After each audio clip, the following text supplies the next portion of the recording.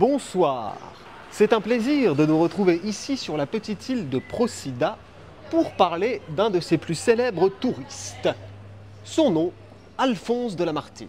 Ne nous laissons pas avoir par la vétusté de ce nom, il nous y attend une très belle histoire avec la ténébreuse Graziella.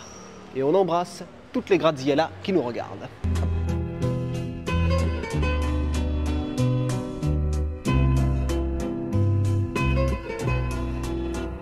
Tout le monde connaît plus ou moins Lamartine, ne serait-ce que malgré soi. C'est l'idole des chagrins d'amour. N'a-t-on jamais lu, entendu, rêvé, pleuré peut-être même sur ces fameux vers « Un seul être vous manque et tout est dépeuplé » ou encore le non moins célèbre « Ô temps suspend ton vol ». Eh bien c'est ici que ce destin de poète pour notre cher Alphonse aura en quelque sorte commencé. Le golfe de Naples. Tout autour de ce qui est aujourd'hui la troisième ville d'Italie se succèdent le Vésuve, Pompéi, la côte amalfitaine, mais aussi les îles de Capri, Ischia et Procida. 4,1 km² de superficie seulement, soit l'équivalent du 7e arrondissement de Paris. À l'époque de Lamartine, au tout début des années 1800, alors qu'il n'a que 18 ans, il échoue lors d'une de ses fameuses pêches de nuit sur l'île de Procida. Mais pour notre cher Alphonse, ce n'est pas tant une punition, car il fera la rencontre de Graziella.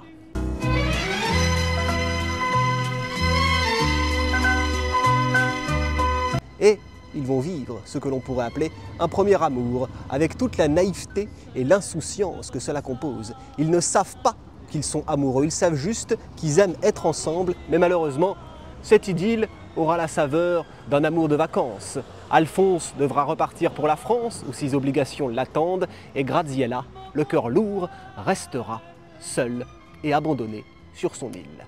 Marco nel mio diario una fotografia, agli occhi di bambino un poco timido, la stringo forte al cuore e sento che... Quelques mois plus tard, Alphonse de Lamartine reçoit de la part de Graziella, par la poste, une mèche de cheveux. Je ne vous en dis pas plus, car ce qui constitue cette histoire est beaucoup plus intéressant et émouvant à découvrir par soi-même. Mais ce que l'on peut dire, c'est que cette mèche de cheveux et ce qu'elle symbolise sera déterminant dans la vocation de poète de notre cher auteur et aura inspiré plusieurs poèmes des célèbres méditations poétiques. Et l'histoire de Graziella, il se décidera à la publier en 1857. Ce sera aussi un succès, aussi bien en français qu'en italien. Cette Graziella de Lamartine aura laissé sa trace dans l'île, tout comme notre poète lui-même. De nombreux endroits continuent de lui rendre hommage et l'on a même reproduit la Casa di Graziella, reproduction fidèle de ce que pouvait être une maison de filles de pêcheurs au début du 19e siècle.